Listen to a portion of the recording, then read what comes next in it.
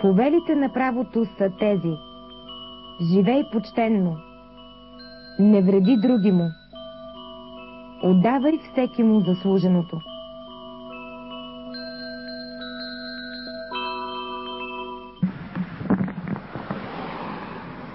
В съвременната правна система е заложен един принцип още от римското право.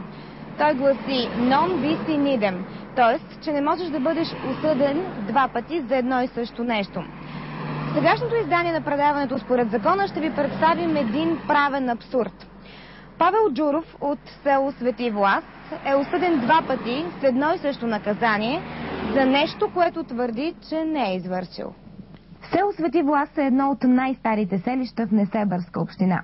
Основано през II век като тракийско селище с името Лариса, през 14 век приема името на Свети Влас, покровител на търговците, животновъд, лечител.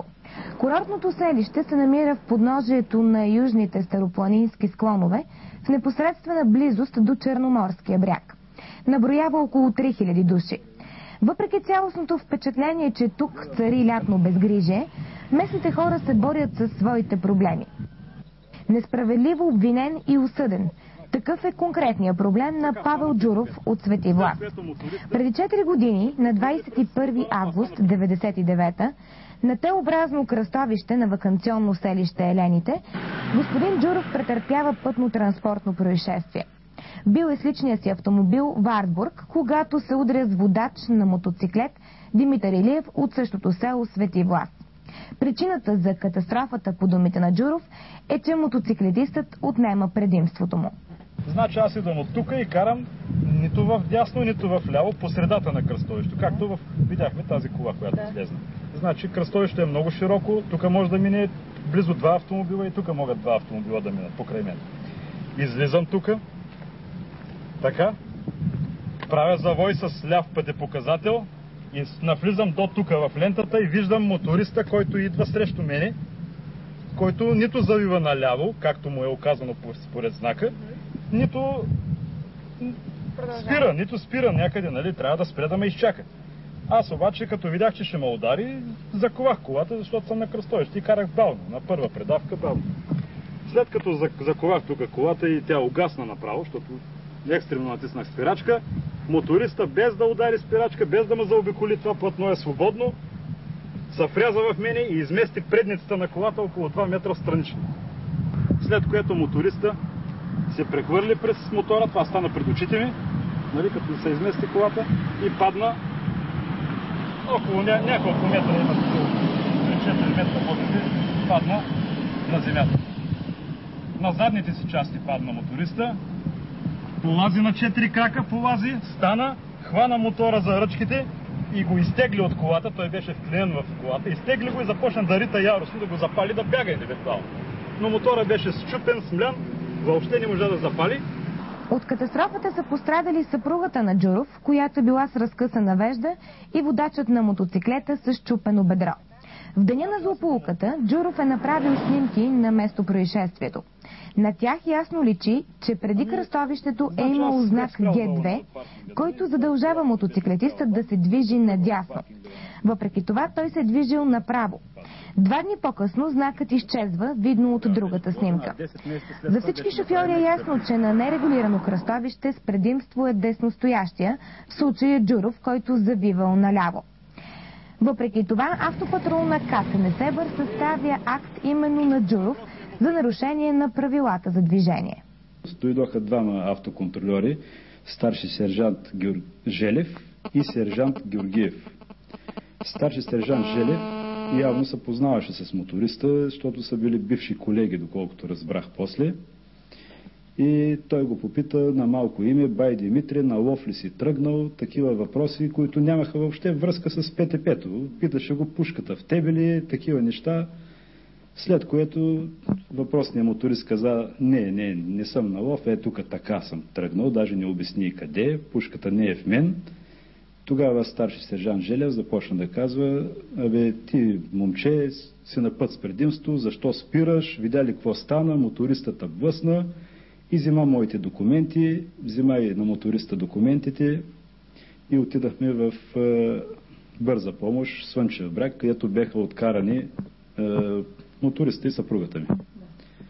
Аз попитах защо не му взимахте кръв, нали, за алкохол, все пак ПТП има, на мен да ми вземете кръв, а старши сержант Желев държеше моите документи, държеше и на моториста документи в двете си ръце така и ми каза: абе, момче, какво да го правя този моторист сега? Кажи ми какво да го правя. Виж сега, 8 години мотора му не е минал технически преглед.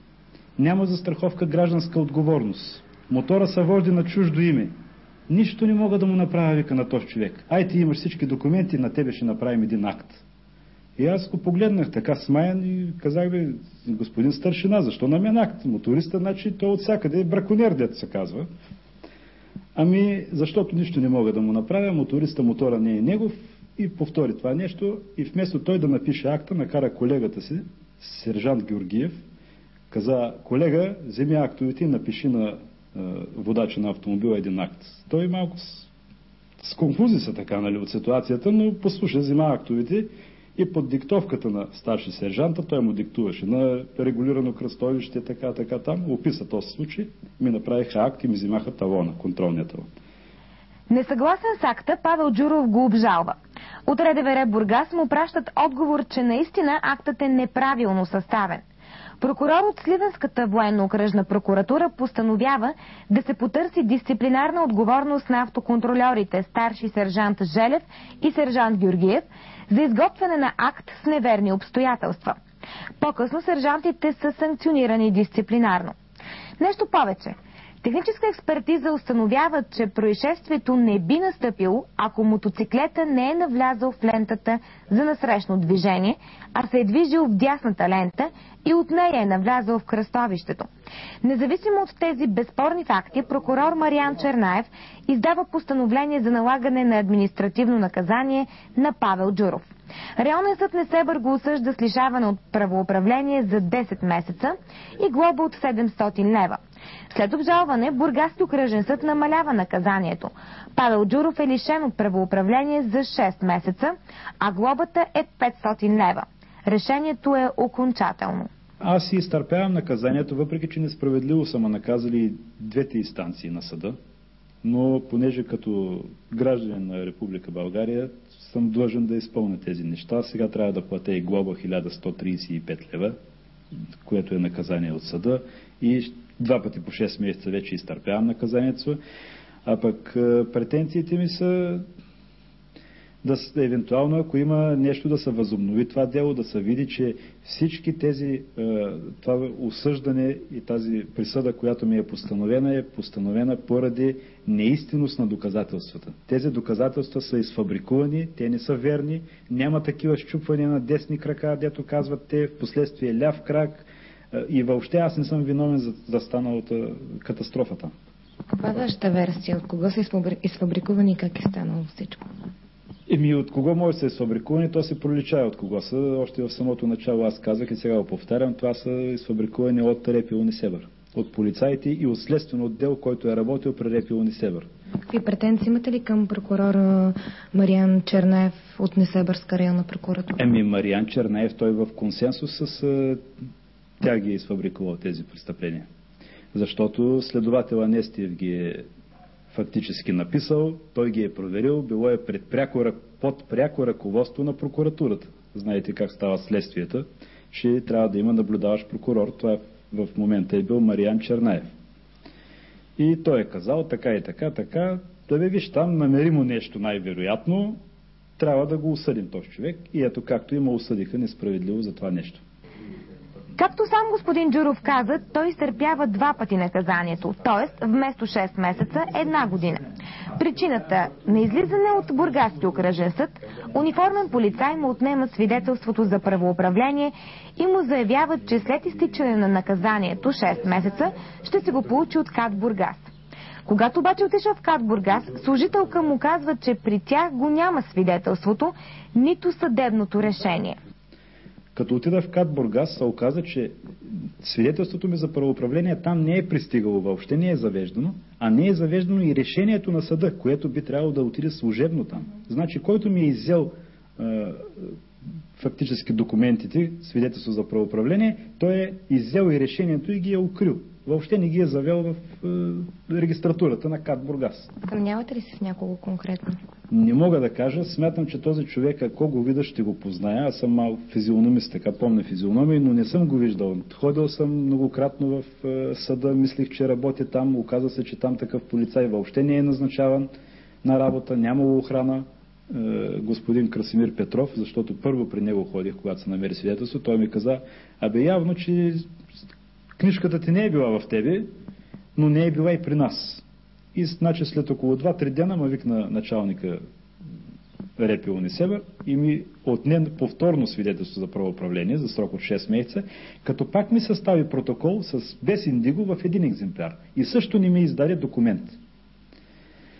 Аз тогава вече, понеже един път бех опарен и като нямам документ, навсякъде ми казват, дай си копия от документа, който иззе свидетелството, му казах, господин капитан, на мен няма ли да има копия от този документ? Той тогава така ми вика, ти нали ме познаваш мене, ти нали ме познаваш? Аз така го погледнах, малко викам, познавам, ама след 6 месеца може да стане така, че ще кажете, дайте пак документ и ми няма свидетелство. Нито решение на съда, нито свидетелство. Не се притеснява, вика, в КАТ ще е. Отидохме и при другия участник в пътно-транспортното происшествие, водачът на мотоциклета Димитър Илчев, който ни разказа своята версия за обстоятелствата, при които е станала злополуката. Карах, как да кажа, колко да не съм пеш.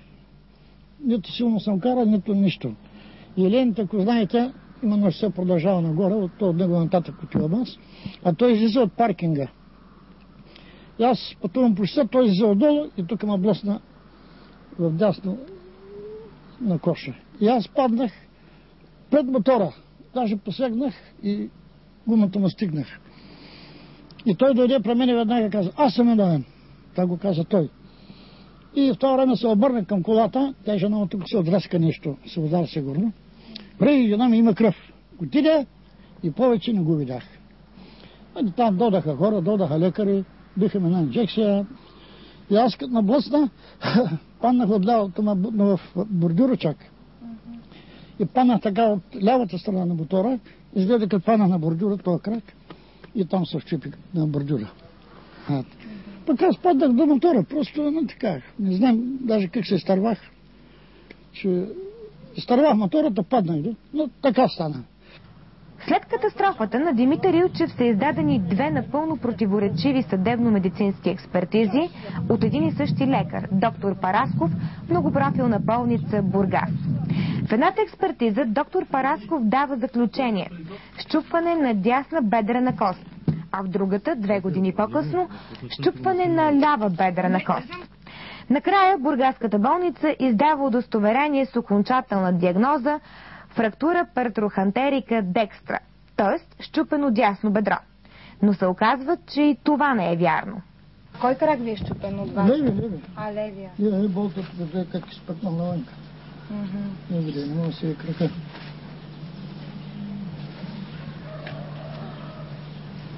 Има едно постановление на сливенски прокурор, че вие сте бил управлявал техническо превозно средство, което е в неизправност. Мотора беше ли минал на преглед? Преглед? Аз забравих, не мога да ви кажа. Той идва един от това, Сливен, някакъв изследовател. Да. То първи път той ги водил там, този моя убиец. Водил ги там, правил снимки, един куп снимки направил, но както на него му изгодно, нали? Дойде един и оправдаха него. След това изгледа някой, аз нищо не съм направил, не съм ходил никъде, не съм търсил никакъв права. Дойде един изследовател, даже там накараха и мотор с кош пак, пробваха там, отгоре надолу по шосето, на каква скорост и така нататък. Оттам дойде тук, вкъщи. Мотора беше тук, гледа го и чека каза, мотора е технически изправен. Сега кой беше то, аз нито име му записах, нито нищо. И оттам замина се той и това беше, повече никой не е идвал. А договор за застраховка случили ли сте? Имали ли сте договор за задължителната застраховка? Не, застраховка няма. На преглед не си спомняте да сте минавали? Аз забравям 4 години тогава, само какво беше, що беше. Ама мотор не беше изправен, аз скоро го продадах, човека дори го гледа тук, той мотор взема какво ще остана. Всичко беше. Той беше на мотор на 11 000 км, той момчето знае, той дете се каза неразработен още. Заради породилите се съмнения, екипът ни потърси доктор Парасков от многопрофилна болница Бургас, за да ни каже коя е вярната диагноза – лявото или дясното бедро е счупено. Колегите му ни казаха, че бил в отпуск, но разбрахме, че всички са запознати със случая. Ще говориш с него като да Той в отпуск. А вие какво знаете за случая? Като колежка знам, нали имаме оперативно. Няколко дни по-късно успяхме да се свържем по телефона с доктор Парасков. Безпокоени по повод на съдебно-медицинска експертиза, която вие сте издали. Те са две, едната от 99-та, другата е 2001 година. Аз ви търсих в Бургас, но тогава бяхте в отпуск. Става въпрос за едно пътно-транспортно происшествие. Спомняте ли си случая? Всеки ден има. Кажете ми за какво става въпрос. Ами става въпрос, че са издадени две напълно противоречиви съдебно-медицински експертизи от вас, да. В едната пише партрохантерно счупване на дясно бедро, в другата една година по-късно пише ляво бедро, фрактура на ляво бедро. Те се правят по медицински документи. Ако в медицинска документация пише вляво, пише както пише в медицинска документация. Ако пише вдясно, го пише вдясно. Ние когато да идвахме да ви търсим в болницата в Бургас съдебна медицина, вашите колеги казаха, че са наясно със случая. Може да е имало нещо. Аз сега не мога да си спомня точно. Защото понякога ляво-дясно, като стоиш лекар, който го преглежда, лявата му страна пише левата от десни. Има ли сме такива случаи, когато се оказва, че защото ние работим само по медицински документи. Той казва, че е имал болки в десния крак, пък изведнъж се оказва, че е счупена лявата подбедрица. Възможно ли е да те боли десния крак, пък да е счупена лявата? Що да не? Що да не те болят и двата крака? Един е повече, другия е по-малко. Би трябвало счупения да боли повече, а не счупения е по-малко. Нали? Нормално. Това. Да, въпрос е доколко това е в причинно-следствена връзка с станалото ПТП. Аз сега се спомня, имаш ли нещо някаква много умотана история. Сега почне, един мотор с кош ли беше? Точно така, мотор с кош, да. Знам, че имаш там. Събирах всички медицински документи. Там имаше там и ни лъжи ли, какво беше. Не мога сега точно да се спомня. Mm-hmm. И това го обсъждахме, за това колегите знаят, защото ние го обсъждахме тук заедно. По време на разговора ни, постепенно доктор Парасков започна да си спомня за някои нередности около случая. Вече почва да ми проблясва в главата. Ами аз мога и пак с две думи да ви кажа. Значи на кръстовището на пътя, на Т-образно кръстовище на Елените. Като случай това не е толкова интересен. Казва се медицинския.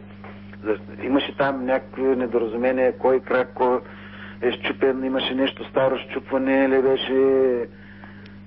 Старо счупване. Не си спомня, имаше ли старо, нямаше ли... Не мога точно всичко да спомня. Това сега да се ровя, да намеря експертиза, да видя какво сме писали и тогава чаках да го коментирам иначе. Да. Но те най-вероятно в съда са ме питали, аз помня, че хорехме на делото, питали сме, разпитали се, доказали сме го какво е. Тъй като по думите на Павел... може да приключи делото, дали ще е на районния съд Несебър или на окръжния съд, без да е изяснен този въпрос. Да. Значи той е изяснен 100%, затова съда е излязъл с решение. Ако не е, че значи тройна, петорна, дисторна експертиза, но трябва да се изясни. Не, то там има много, по този казус има много смущаващи факти. Значи първо противоречивите съдебно-медицински експертизи. Нали, 99-та година се казва, че има партрохантерно счупване на дясно бедро. 2001 година излиза с заключение ляво бедро. И след това болницата издава удостоверение пак дясно бедро. И когато питам човека, той ми казва, че му е счупено лявото бедро. И не е всичко това. Още при самото ПТП не е взета кръвна проба за алкохол, колата не е минала на преглед. Въобще има много смущаващи факти. Не ме интересува медицинския казус. Знам, че имаше нещо такова. Айде сега, не знам. Кога да такова? Кога ще трябва да отида да... И нещо друго във връзка с това, че казахте медицинския фактор. Разбрахме от един от участниците в ПТП-то, от Павел Джуров, че той е разговарял с сина на господин Илчев, който е казал, че той преди години е имал действително щупване. Аз нещо такова спомням, ама... Да, това е действително... Да го коментирам, разбираш ли, защото това е далечен спомен. Толкова вода е изтекла от тогава. Да, че действително е имало щупване и той е на левия крак, само че то няма никаква връзка с катастрофата. Това е било преди години, при друга травма. Разбираш ли, ще сбъркам, ако го коментирам. Само откъслични спомени. Трябва да отворя да видя експертизите. Да. Ще видя аз до окръжния съд, да видя този номер на това решение, да видя кой номер е експертизата и оттам да се извадя втори екземпляр тук при нас. Изчакахме изпълнителния директор на болницата, доктор Стоев, който е подписал удостоверението за дясна фрактура. През 1999 година става въпрос за едно ПТП. Към власт той издава съдебно-медицинска експертиза с заключение претрохантерно щупване на дясно бедро. Ето го и тук. Една година, т.е. 2 години по-късно, 2001 година, заключението е на лява бедрена кост. За същия случай, ние не допускаме, че един уважаващ себе си лекар може да сбърка лява с дясна бедрена кост. И в крайна сметка обаче болницата издава това удостоверение, фрактура, претрохантерика, феморис, декс, значи дясна пак. Да. А последното заключение от 2001 е лява. Това е някаква грешка, сигурно. А пациента къде е? Той е от Свети Влас, пациента. А той какво казва? Вляво ли или дясно? Той казва ляво. Той казва ляво, документа му за дясно. Документа му е за дясно. Да, сигурно е някаква грешка, печатна е, вероятно. Тъй като въз основа на тези документи е осъден Павел Джуров от Свети Влас, че е причинил ПТП, е нанесъл средна телесна повреда, за това да питаме. Вероятно в съда ще се разрешат тези неща. Дали е било в ляво или в дясно, така един, че чуфане има, че има грешка, явно има някаква направена грешка. Както чухте, доктор Стоев ни попита какво казва човека. Ами тогава закономерно възниква въпрос каква е ползата от лекарска диагноза, щом човекът сам може да си постави такава. Не е ясно и каква телесна повреда на Димитър Илчев е причинил Павел Джуров, за да бъде осъден. И тъй като съмненията относно вината на господин Джуров стават много, отидохме до районна прокуратура Несебър при прокурор Мариан Чернаев, с чието постановление се налага административното наказание на Павел Джуров. Екипът ни дойде до районна прокуратура Несебър, за да разберем на какво правно основание прокурор Мариан Чернаев издава постановление за налагане на административно наказание на Павел Джуров. Секретарката обаче на прокурор Мариан Чернаев ни уведоми, че прокурорът е в болнични. Макар че веднъж е отхвърлена жалбата на Павел Джуров за възобновяване на делото от апелативна прокуратура Бургас, ние си запазваме правото отново да алармираме. Ако пред очите ви се вършат противозаконни неща, ако вие самите сте жертва на беззаконие или смятате, че вашите права и законни интереси са накърнени, може да потърсите нашето съдействие на телефони 75 4098, 0887 418 994 или на нашия имейл. Вие гледахте правно-публицистичното предаване на телевизия СКАТ Според закона. Аз съм Силвия Трендафилова. Правосъдието е основа на държавите. Нека се подчиняваме на законите, за да бъдем свободни.